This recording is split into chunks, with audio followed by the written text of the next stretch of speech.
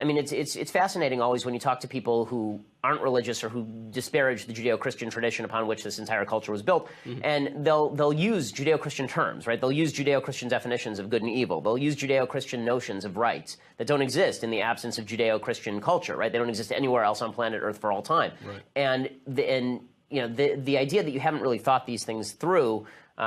It's dangerous. I mean, every political philosophy is based on a certain conception of human nature and humanity's place in the world and human value more than anything else. I mean, the foundational statement for all of Western civilization is the very beginning of Genesis that God is made in man, that man is made in God's image. Right. Once you do that, you can talk about the value of man, the rights of man, what is man put here to do. But if you don't believe any of that, if you just believe that man is sort of a random assemblage of atoms that happened along, you know, because the universe is random and there are lots of iterations of it, then I find a hard time making the moral argument against, for example, things like slavery or abortion or tyranny or murder even. I mean, like...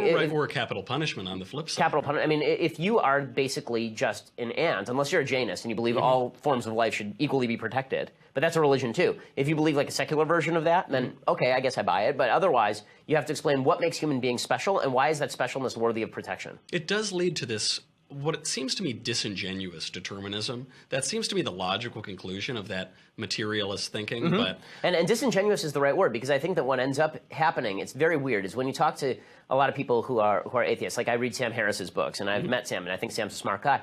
And when I read what Sam has to say, a lot of what he has to say is based on just an assumption of free will. There's an assumption that you can choose otherwise, that you are in control of your own life, and that you should live a moral life, that he has constructed for you his version of what morality looks like. Alan Dershowitz sort of has a similar model. And the problem is, where are you getting this free will stuff in a materialistic universe in which you're just a random assemblage of atoms? Like, where's this free will coming from? Where do you get that? And how do you square that with a materialist version of reality? You know, I think that the best proof of God, I've always said this, I think the best proof of God to me is is sort of a Cartesian notion that you are a thinker, you are a being. I can that acknowledge myself in right. the world. You are a self, right? You're not just a random assemblage of stuff that wakes up new every morning, and that if you have a hamburger, you're a different person than you were 1 minute before because you just put some new stuff in your body, right? The notion that you are a coherent human being with the capacity to think and the capacity to control your behavior and the capacity to change, that's the basis of all of civilization. You take away that basic Augustinian notion of free will, and it's all over. I couldn't agree more. So